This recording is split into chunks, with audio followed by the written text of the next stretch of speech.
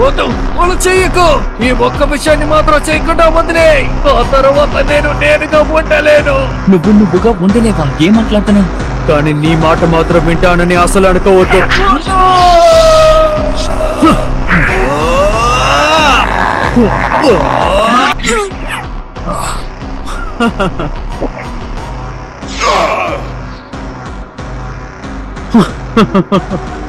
వాణ్ణి చూడు, పాత రూపానికి మారాడు.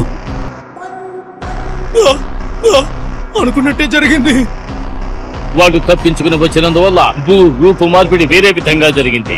ఒక గ్రహమే ఎప్పుడు చూడని విధంగా అతని రూపం మారింది. భూమిని కాపాడే యుద్ధం ఇప్పుడు తీవ్ర స్థాయికి చేరు.